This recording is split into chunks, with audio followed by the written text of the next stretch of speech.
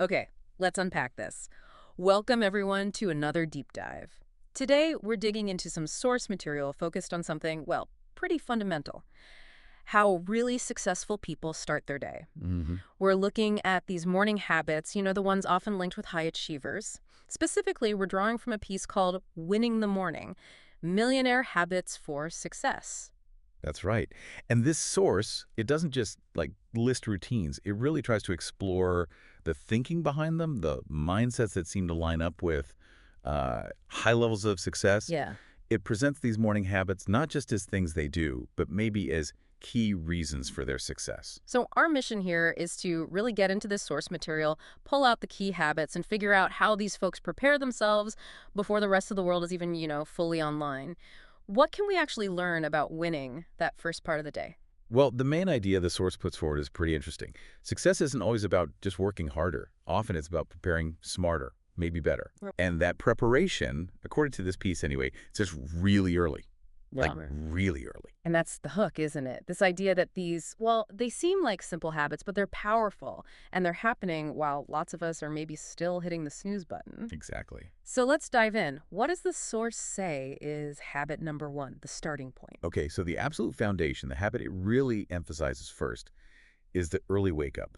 Early, like We're talking consistently getting up around 5:00 a.m. 5 a.m. Wow, that's Well, definitely early. The source mentions people like Tim Cook, Richard Branson, Robin Sharma, and they're known for this, right? yeah, those are the examples given. But why?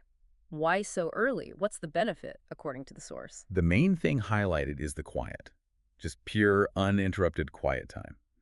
Before the emails start piling up, before the phone starts buzzing, Hmm. you get this block of time for focused thought. The source talks about it giving you a real mental edge. It uses that phrase, owning the day before it owns you. I remember reading that, owning the day before it owns you. That really hits home, doesn't it? It feels like taking back control of those first hours. It does. Did the source talk about any, broader effect? Yeah, it mentions some studies suggesting that early risers tend to be more proactive, Yeah. maybe more focused throughout their day. That quiet time lets you be intentional instead of just reacting to things. Just think about that for a minute, you listening right now. Yeah. If you could find, say, 30 minutes, even an hour, every morning that's totally yours, no demands, what difference could that really make? It's not just more time, it's a different quality of time. Precisely. So once you've sort of claimed that quiet time, the source says the next important step is mindfulness. Okay, mindfulness. This is about what? Centering yourself before the chaos starts. Pretty much. The source lists different ways people do this. You know, Meditation, prayer, just some deep breathing, maybe journaling. And the point isn't just do something relaxing. The source says the real benefit is that you're actively training your brain. mm. It helps you learn to respond thoughtfully instead of just reacting instantly. It Oh, frames yeah. that as a major advantage, in business, in life generally. That respond versus react idea, that's powerful. I remember the anecdote in the source about journaling, like just for 5 minutes, Hmm. focusing on what you're grateful for, what you intend to do, and how much that can just clear your head, like hitting reset before the noise floods in. Yeah, it's about finding that inner calm, that clarity, and trying to carry it with you into the day. And the source makes it sound like it doesn't have to be complicated to start doing it. Okay, so they grab the quiet time, they center their mind. What's next in the sequence, based on the source? Well, with the mind getting clearer, the source says you need to get the body moving too. Morning movement comes up again and again. Right, successful people move early.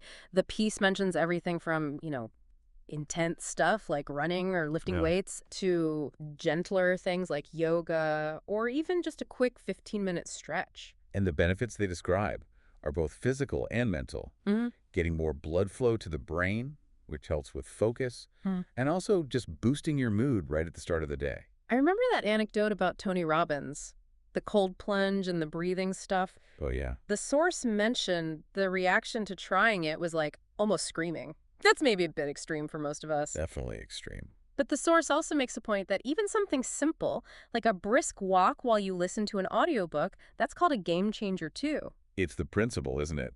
Activating your body along with your mind, waking everything up, getting that energy moving. And while the body's waking up, the source suggests the mind is also getting fed. The next habit is all about feeding your brain. Exactly. The piece really highlights that Successful people make time for learning, usually reading, especially in the morning. And it doesn't have to be huge amounts. It mentions even just 10 pages a day can be significant. Just 10 pages. But the source really plays up the cumulative effect, right? How doing that consistently can actually shift your whole perspective over time. Yeah, it uses that analogy comparing listening to audiobooks during workouts to compound interest. It Ah, might not feel dramatically different after one session, but the source suggests, give it 6 months and your knowledge base could be like 10 times deeper. that's a powerful way to put it. And the key takeaway there from the source seemed really striking.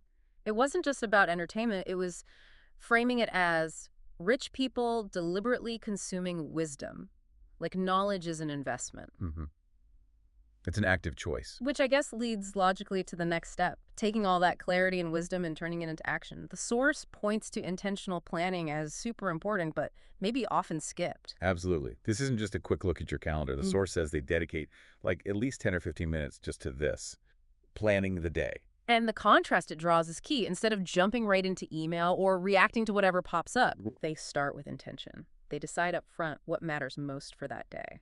There's that mention of using a simple top 3 priorities list Yeah. as a way to cut through the busyness and avoid that feeling of, fake productivity where you're doing a lot but not the important stuff. Just nailing down the 1 or 2 things that really move the needle. It connects that to the 80-20 rule in the source, doesn't it? Finding the 20% of actions that give you 80% of the results. Exactly. Millionaires, according to this piece, are good at figuring out that 20% and tackling it first thing. Imagine how your day might feel if you started knowing exactly what those crucial tasks were before any distractions got a look in. Building right on that intention, the source talks about another mental tool, visualization and affirmations. Right, described as a way to get your thoughts and your internal state lined up with your goals. The source says high performers use this a lot, athletes, CEOs. hmm And it shares that story of someone who was, like, pretty skeptical at first, but tried it anyway, visualizing how they wanted their day to go, or how a difficult meeting should play out.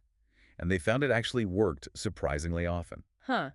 And the source tries to explain why it might work. Yeah, it suggests that your brain, apparently, isn't great at telling the difference between something you actually experience and something you imagine really vividly. Interesting. So you're kind of pre-programming success. And then affirmations, the source calls them mental armor for the day, setting a positive internal tone. It really digs into the power of the mind to shape your reality, doesn't it? It does. Okay, before we get to the don'ts, there's one more really basic habit the source stresses, almost so basic you could miss it. Hydration and fuel. Yeah, absolutely fundamental. Starting the day with a glass of water, maybe with some lemon, Yeah. right when you wake up, just to get the system going. Jumpstart everything. Exactly. And then thinking about fueling your body like it's, well, a high-performance machine. There's that anecdote about switching from sugary cereal, Oh yeah, the smoothie switch. right, to a protein smoothie, and noticing a big difference in sustained energy and mental sharpness. Makes sense. The advice is pretty straightforward. Don't skip breakfast, and definitely don't load up on junk first thing. The source basically argues your morning fuel sets your mental and physical performance for hours. It's a good reminder, that physical well-being underpins everything else, especially mental performance. Okay, so we've covered the docs from the source, the habits they build. But just as critical, it seems, are the don'ts, the things successful people actively avoid doing in the morning. Right. The piece listed 3 big ones. First, and this is probably the toughest for a lot of us, don't check your phone immediately. Ugh. Avoid falling into that email vortex or the social media rabbit hole or the news cycle right away. Remember that anecdote about leaving the phone in another room overnight? How much of a game changer that was. It's about protecting that focused morning headspace. Totally. Second, don't hitting snooze. The source is pretty blunt about this one. It says it just trains your brain to put things off. Yeah, it sets a pattern of procrastination right from the get-go, even if it's small. And the third one, they don't rush. Because they wake up early enough, they build in the time to move intentionally, not frantically. They avoid starting the day feeling reactive and stressed. So these don'ts are really about defending the fortress, aren't they? Yeah. Protecting the intentional space that the does are building. So, putting this all together, what does this mean for you, the listener, looking at this kind of blueprint from the source? The piece makes a really important point here. It's not about copying some perfect, rigid routine tomorrow. No, definitely not. It's about finding what actually works for you. And the strategy it suggests is simple. Start small. Mm. The source recommends maybe just waking up 30 minutes earlier than you do now. Pick one thing. Build from there. I liked that bit in the source about, don't try to become the rock overnight. Haha. Just focus on winning the first hour. That feels Yeah. way more achievable, doesn't it? Much more. And it comes back to that core idea in the article.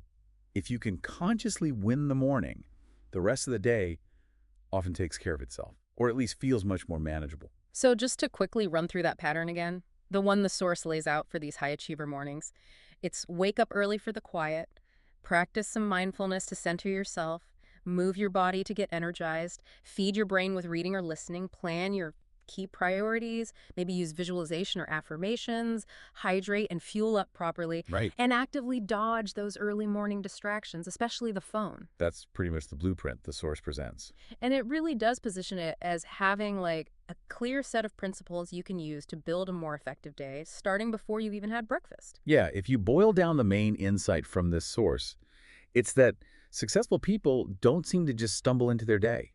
They kind of architect their mornings. They use specific habits that build on each other Mm-hmm. to create this state of mental clarity, physical energy, intellectual engagement, and, intentional focus before the world starts making demands on them. So it's less about a rigid script and more about understanding the why behind these habits. Yeah. And then picking and choosing, maybe integrating the elements that resonate with you.